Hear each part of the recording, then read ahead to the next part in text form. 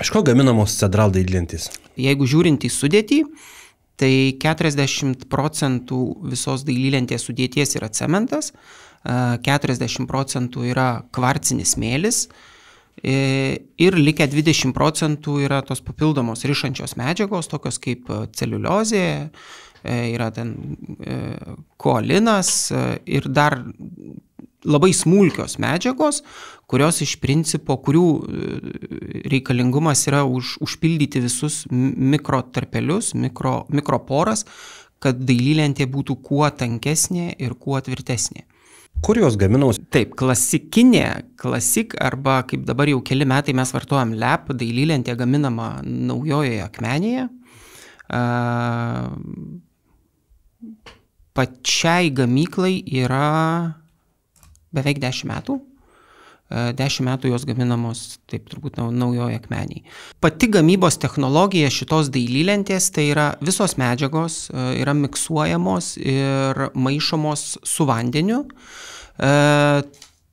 Turim tokį būgną, ant kurio specialus audinys užnešinėja būtent visą tą sumiksuotą medžiagą sluoksniais. Tai reiškia, dailylentė dažniausiai būna sudaryta iš kokių 8 arba 10 sluoksnių po 1 arba daugiau milimetro masės. Vėliau, suformavus šitą dailylentę ant būgno, yra tas visas lapas nukertamas ir užvažiuoja į pjaustyklą. Tai reiškia, kol medžiaga nėra sustingusi, jinai yra kaip medžiaga, kaip audinys.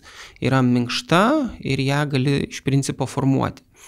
Tai būtent tas lapas nuvažiuoja į pjaustyklą, dailylentę supjausto ir dailylentė yra sudėliojama ant padėklų, kurie vėliau važiuoja į autoklavą. Autoklave dailylentė išbūna apie 8 valandas 180 laipsnių temperatūroje ir 10 atmosferų slėgyje. Tai reiškia, visa ta medžiaga arba visi tie sluoksniai kristalizuojasi ir patampa viena mase. O dažymas kurioje vietoje? Dažymas yra kitoje gamyklos pusėje, tai jeigu mes tai pažiūrėtumėm į gamyklą, tai viena gamyklos pusė yra dailylentės gamyba, kita pusė yra dažymas. Dažymo metu iš tikrųjų viską daro automatizuotai, tai reiškia, dailylentę uždeda autokrautuvą su palete ir vėliau viską daro robotai. Tai reiškia, pirmiausiai dailylentės išskaido po vieną, vėliau dailylentės papuola į pirminį pašildymą, dailylentės pašildo iki kažkur 40 laipsnių temperatūros, kad jos būtų šiltos. Tada dailylentė važiuoja į gruntavimo tokį kaip ir aparatą, šepečius, tai yra gruntas, šilta dailylentė yra įtrinama pirminio etapų, antriniu etapų šepečiais nuvalomas grunto perteklius. Tada dailylentė važiuoja į pašildymą ir gruntas išdžiūsta. Vėliau dailylentė papuola į dažymo kamerą, kur purkštukų pagalba yra nupurškiama iš visų pusių dažais. Tada vėl važiuoja į pašildinimo kamerą, dailylentė išdžiūsta ir vėliau papuola jau į vėsinimo kamerą. Tai reiškia, dailylentė linijos pradžioje ir linijos gale išeina turbūt tos pačios aplinkos temperatūros apie 25 laipsnių turbūt šilumos. Negali dailylentė išeiti per šiltą dėl kondensato, dėl rasojimo ir dėl drėgmės pasilikimo viduje. Tai žmonių ten turbūt praktiškai nėra prie tų linijų. Įdomus faktas turbūt taip, kad vesdami ekskursijas gamykloje prie šitų dailylenčių, ta reakcija tokia, kad prie visos linijos gamybos stovi apie, tarkim, 6 žmonės ir viskas. Tai reiškia, ir jie prižiūri, ir tai jie pagrindė prižiūri tik tai tuos medžiagų padavimą ir robotus, jie nieko per daug nedaro fiziškai. Dabar dailylentės yra Classic, LAP, kaip tu sakei? Taip. Ir Click. Ir Click dailylentė. Tai jeigu paliestumėm Click dailylentę, mes jos negaminam Naujojoje Akmenėje. Šita dailylentė yra gaminama Etex bendroviai irgi priklausančioj gamykloj Belgijoje. ir į Lietuvą ji atvažiuoja iš Belgijos. Pagrindiniai skirtumai šitos dailylentės nuo Lietuvoje gaminamo lepo, tai jinai yra su liaudiškai gal vadinamu špuntu arba išdroža ir pats tvirtinimas yra visiškai nematomas. Tai yra turbūt galbūt modernesnis, estetiškesnis vaizdas arba šiek tiek kitoks vaizdas. Jis lygiai dedasi, taip? Taip, jisai dedasi lygiai, tvirtinasi kabėmis specialiomis ir tų kabių nesimato. O klasikas tai jisai užsikeičia, taip? Nebūtinai. Klasikas, turbūt pagrindinis montavimo būdas klasiko arba lepo yra tas vadinamas eglute, kada dailylentė užsideda viena ant kitos taip paslėpdama tvirtinimą ir kurio nesimato, bet šiai dienai mes pastebim apie vis labiau populiarėjantį tą tvirtinimą, kai jos tvirtinamos viena šalia kitos ir tvirtinamos su matomu sraigtu, kuris yra lygiai tokios pačios spalvos. Iš tikrųjų, užsakius sraigtus iš mūsų, kiek yra dailylenčių spalvų, tiek mes turim ir sraigtų spalvų. Tai kur dažniausiai naudojamos jos? Turbūt yra fasadas, tai yra fasadinė, sienų, namų danga. Bet atsiprašau, fasadą tai dažniausiai keičia turbūt? Dažniausiai taip keičia, bet tikrai galima padaryti ir matomų tvirtinimų su sraigtu, kuris matosi. Pakalimai? Pakalimai taip pat, taip, yra antra vieta, kur jos naudojamos pakalimai ir turbūt yra ta techniškai leidžiama vieta, kur jas galima naudoti. Dažnai susiduriam galbūt su dar keliom montavimo vietom jos, tai tvoros kaip pavyzdys. Techniškai galima turbūt teisingai sumontuoti ir į tvoras, bet garantijos iš mūsų pusės turbūt irgi mes nesuteikiame šitam montavimo būdui. Bet čia tik ventiliuojamų fasadų, kaip sakot. Tik ventiliuojamų. Negalima jos, ar galima lipinti šitas plokštes prie polistirolų, ekstrudinių polistirolų? Aš dažnai turbūt sakau galima, tikrai, bet garantija negalioja. Tai prasidų vieną kartą gali padaryti, bet tau nukris po kažkiek laiko. Taip. O problema kokia gali būti, jeigu tu... Galbūt nenukris jinai, turbūt. Problema didžiausia yra drėgmė. Už dailylentės turbūt privalo būti vėdinamas ventiliuojamas tarpelis. Tarpelis yra reikalingas iš namo fasado arba iš dailylentės, iš visko šalinti perteklinę drėgmę. Tai dailylentė turi būti sausoj terpėj iš kitos pusės. Tai va, klijuoti esu matęs klijuotas, galbūt atsitiks, galbūt neatsitiks, sunku pasakyti, bet pagrindinė priežastis, kas greičiausiai atsitiks, tai pirmiausiai pradės luptis dažai, o vėliau turbūt ir pati dailylentė pradeda irti, nes drėgmę jinai įgeria per laiką, bet atiduoti jos neturi kur. Standartiškai gerai sumontuota, technologiškai sumontuota dailylentė, tai kiek jos garantija? Šiai dienai mes suteikiam 15 metų garantiją estetiniam vaizdui, dažams, ir mano asmeninis matytas fasadas yra 15 metų senumo, kur skirtumas turbūt yra ne spalvos pakitime, bet blizgumo arba matiškumo. Tai yra pietinės pusės dailylentės yra saulės, tiesiog tokios, blizgumas nuimtas nuo dailylentės, bet spalva beveik nepakitusi. Montavimo karkasas, jis medinis visą laiką turi būti, ar ne? Karkasas nėra svarbu dailylentėms. Mes turime, svarbu turbūt tvirtinimas, kaip tu pritvirtinsi dailylentės. Tai pagrindas turi būti vėdinamas ventiliuojamas fasadas, o tvirtinimą mes turime tiek mediniui, tiek metaliniui karkasui. Tai yra tiek sraigtai, tiek kabės yra. Svarbiausia, kad būtų turbūt tas ventiliuojamas tarpas teisingai įrengtas. Turi būti ventiliuojamas tarpas su tarpeliu apačioj ir tarpeliu viršuj. Tai jeigu mes turbūt neužtenka vien tik tai tarpo tarp dailylentės ir šiltinamosios medžiagos, mes turim užtikrinti laisvo oro patekimą ir laisvo oro išėjimą fasado viršuje. Tai iš apačios įeiti? Iš apačios turi patekti, iš viršaus turi netrukdomas išeiti. Galbūt vadinam tai kamino efektu, kada oras tiesiog kyla aukštyn, šildamas ir tiesiog srautas oro išneša iš fasado drėgmę. Koks minimalus ventiliuojamų tarpų plotis yra? Taip, 2,5 cm turėtų būti tarpelis, ne mažiau galbūt 2,5. Ir daugiau, aišku, tikrai gali būti. Kokios dažniausiai pasitaikančios klaidos ir kaip jų išvengti fasadus montuojant? Aišku, tų klaidų yra ir būna daug ir visokių, bet galbūt paminėti labiausiai norėčiau tvarką ir švarą darbo metu. Pjaunant dailylentę, gręžiant dailylentę, tiek skylės, tiek kažkokias ertmes, būtina dulkes nuvalyti iš karto ir visus pjūvius daryti sausai. Kadangi dailylentė yra padaryta iš cemento arba didelė dalis yra cemento, cementas gavęs drėgmės reaguoja. Ir jeigu mes nenuvalysim dulkių nuo dažų, tikėtina, kad atsiras dėmės, kurias vėliau bus sunku nuvalyti. Tai yra dažnai matau iš tikrųjų arba vizituodamas, lankydamas objektus, randu nešvarius fasadus. Pirmiausias patarimas būna turbūt kuo greičiau nuvalyti, nuplauti tas dulkes ir pašalinti.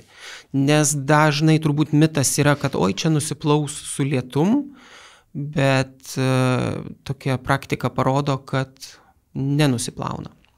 O paskui jau įsigeria jisai, tos dulkės? Tos dulkės, taip, gavusios drėgmės, jos įvyksta cemento reakcijos ir jos pasilieka dailylentės dažuose.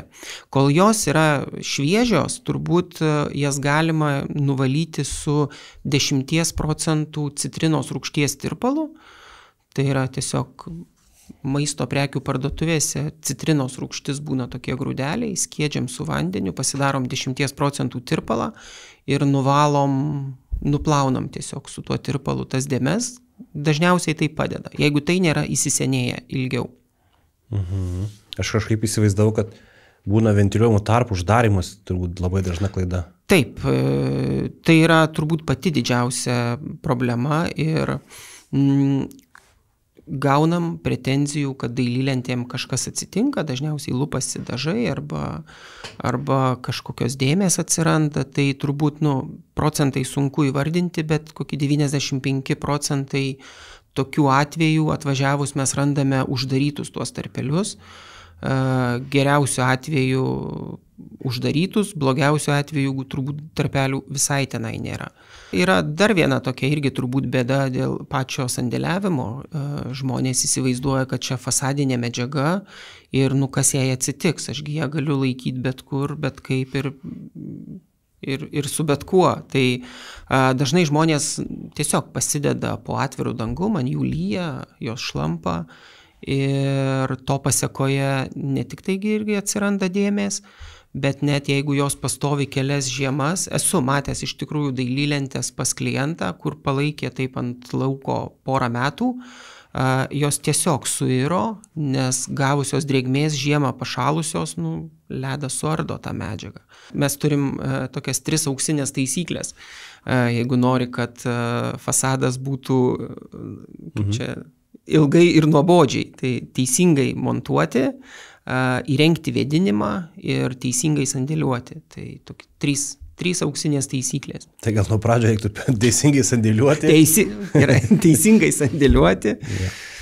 Teisingai sandėliuoti, paskui montuoti ir vėdinimas. Taip. Pauliau, gal gali parodyti, kaip naudotis Cedral montavimo įrankių? Taip, be jokių problemų. Gal pabandysim įsivaizduoti turbūt, kad tai yra paskutinė uždėta dailylentė. Už paskutinės uždėtos dailylentės mes užkišame šitą montavimo įrankį ir rankenėlės pagalba užtvirtiname jį. Įrankis laikosi už dailylentės ir taip mes galim vienodu atstumu sekančią dailylentę uždėti ant šito montavimo įrankio. Tai kuom iš tikrųjų patogu, tai net ir vienas žmogus gali 3,60 m ilgio dailylentę užsidėti ant fasado lygiai, paprastai ir nesudėtingai. Tai aišku, reikia pastebėti, kad reikalingi 2 šitie įrankiai ir komplekte jie visada būna 2. O čia tik lap tinka, klasiko? Taip, šitas įrankis tinkamas tik tai lap arba klasik dailylentei Ir tik tai turbūt montuojant horizontaliai ir eglute. Su kuo pjauti cementinės dailylentės? Yra specialios priemonės, turbūt tiek diskai, tiek pjūkliukai skirti fibrocementui. Pas mus svetainiai yra jūsų diskai už 200 eurų, yra tie pat deimantiniai diskai už 30 eurų. Taip, tai yra... Tai ar su jais gali pjauti ar negali pjauti su tais pigiais? Gali pjauti ir tu tikriausiai tai padarysi, nupjausi, viskas bus gerai. Tiesiog, kaip ir sakiau, meistras perka diską už 200 eurų, nes jis su juo padaro 10 namų. Paprastas žmogus, jam užtenka ir už 30 eurų disko ir jam... Tam vienam objektui gal užteks. Turbūt taip. Bet paminėčiau dar turbūt yra siaurapjūkliai, kurie irgi skirti fibrocementui, jie labai gerai pjauna. O jūs turite savo gamą tuos siaurapjūklius? Savo asortimente mes turbūt neturim. Vienintelis dalykas, ką iš mūsų galite nusipirkti, tai diskai skirti fibrocementui, tai yra skersavimo staklėms arba diskiniams pjūklams. Kai nupjaunam dailylentes, ar reikia galus uždažyti ar ne? Nebūtina. Uždažymas dailylenčių galų yra turbūt tik tai estetinis vaizdas. Tai rekomenduojame uždažyti, kad nesiskirtų dailylentės spalva. Taip. Apie tvirtinimą. Kada naudoti sraigtus, kada dažytus, kada nedažytus sraigtus reikėtų naudoti? Tai turbūt, kad pagrindinis atsakymas, jeigu dažyti reikalingi tose vietose, kur norėsime, kad arba ten, kur neišeina pritvirti dailylentės nematomų būdų, tai tose vietose mes turime sraigtus dažytus. Dėl sraigtų norėčiau pastebėti galbūt tokią vieną dalyką, kad visi mūsų turimi sraigtai arba visus sraigtus, kuriuos galite įsigyti iš mūsų, yra iš nerūdijančio plieno. Ir jeigu klientas nusprendžia pataupyti sraigtams, tai kad susirastų arba paieškotų nerūdijančio plieno sraigtų, todėl kad pati dailylentė yra kieta, tvirta ir labai stipri. Mediena ir dailylentė vaikšto ir jeigu mes pritvirtinsim cinkuotų arba pigesnių sraigtų, greičiausiai sraigtą nutraukia, nulaužia arba nuskelia dailylentės kampą. Tai nerūdijantis plienas turi savybę nenutrūkti, o būti elastingas. Tai va, tai... Sraigtai tie dažyti ir nedažyti skiriasi jų galva, ar ne? Taip, galva skiriasi, dažytų sraigtų yra platesnė galvutė. Nedažytų sraigtų galvutė yra konusu ir galvutė sulenda iš tikrųjų į dailylentę. O prieš tai, apie tvirtinimą, prieš tai reikia išsigręžti skylės, ar šitie sraigtai išgręžia? Geras klausimas. Vienintelė vieta, kur mes rekomenduojame išgręžti skylės, tai yra dailylentės kampas. Sraigtas tvirtinamas 2 cm nuo krašto. Pačiame dailylentės kampe, jeigu negręšite skylės... Čia paėmus apie šitą kalbį, taip? Taip. Jeigu mes sukame ir tvirtiname šitoje vietoje, jeigu mes negręšime skylės, tikėtina, kad gali nuskilti kampas. Tai nebūtinai taip bus, bet dėl ramybės mes sakom, kad kampe skylės išsigręžti. O viduryje? Viduryje nesvarbu. Pats sraigtas turi grąžtelį, jisai pakankamai lengvai įsisuka, gręžti tikrai nebūtina. Tai su visais sraigtais yra lygiai taip pat, tiek matomais, tiek nematomais. Vienintelis toks irgi pastebėjimas galbūt matomų sraigtų pakalimuose meistrai irgi išsigręžia skylės dar ant žemės susižymėję, nes ten kaip aukštai suki juos dailylentė iš tikrųjų byra ir byra jiem ant jų dažniausiai, tai jiems nepatogu. Bet iš principo tai galima daryti ir neišgręžus skylės.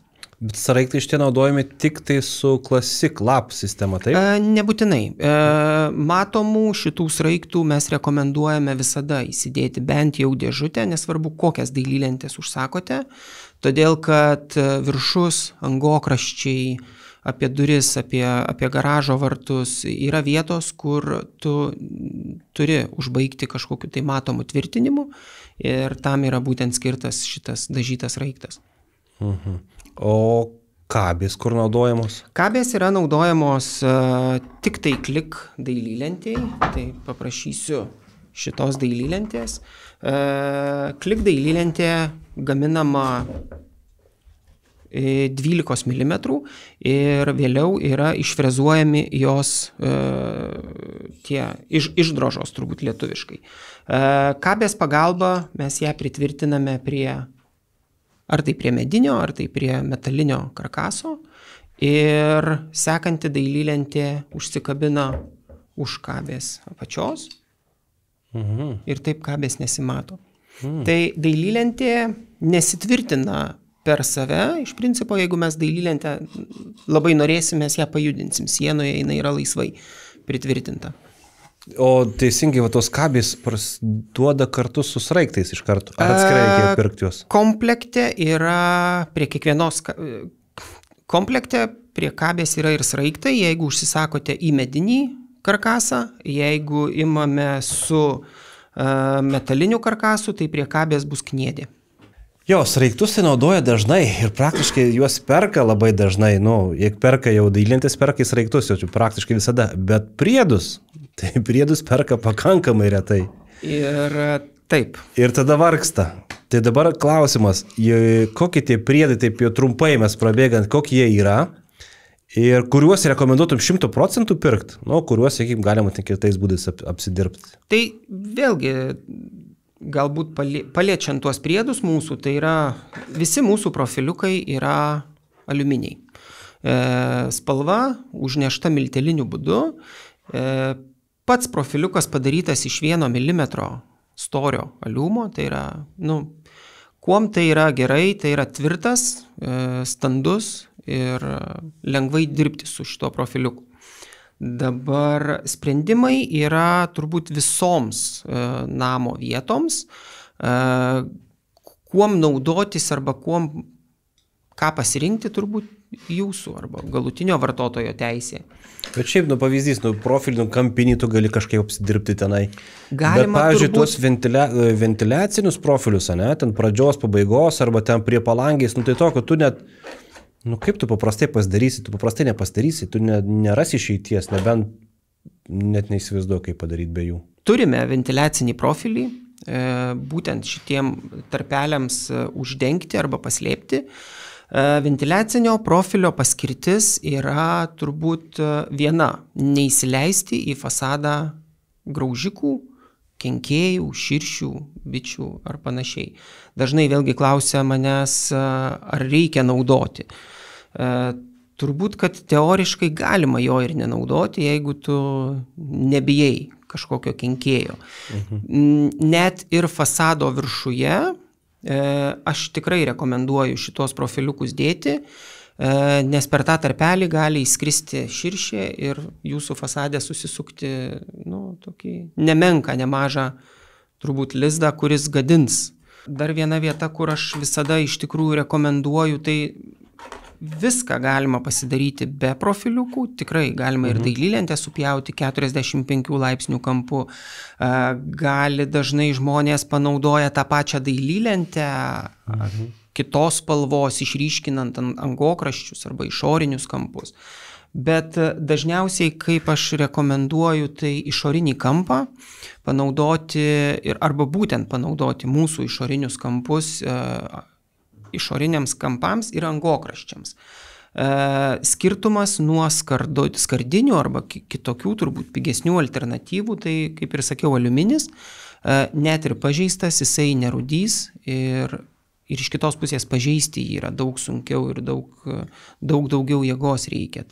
O tos vietos tokios kaip išoriniai kampai arba apie duris, apie garažo angas, jos yra tokios intensyviai naudojamos ir ten labai lengva turbūt užkabinti. Kodėl tas klasik arba lap kainuoja ten apie 20 keli eurai kvadratas, o klikas kainuoja apie 40 eurų kvadratas? Daug dedamųjų turbūt susideda. Tai pirmas tai yra storesnė dailylentė, Tai yra, jeigu lep dailylentė yra 10 mm storio, tai kliko dailylentė yra 12 mm storio. Tai pirmas yra daug daugiau masės reikia. Antras dalykas tai yra, kad jinai yra papildomai išfrezuojama, tai yra papildomos tokios linijos, kurios irgi kainuoja. Trečias dalykas, jinai gaminama Belgijoje, tai tiek atvežimas kainuoja iki mūsų Lietuvos. Apie dailinančių priežiūrą. Ar yra kažkoks specialus, ten koks, nežinau, rinkinys taisyklių, kaip prižiūrėti dailintės, ar ne? Neturim mes tokio rinkinio ir pastebėčiau turbūt gal fibrocementas arba šitas pluoštinis cementas, jis neturi statinio krūvio. Tai kas liečia dulkes, nešvarumus arba visą tą, kas dažniausiai kenkia arba estetiniam vaizdui fasadė, jie neprikimba prie dailylentės. Tai jeigu tai yra užlyjanti vieta, tai dažniausiai visi nešvarumai pasišalina su lietum.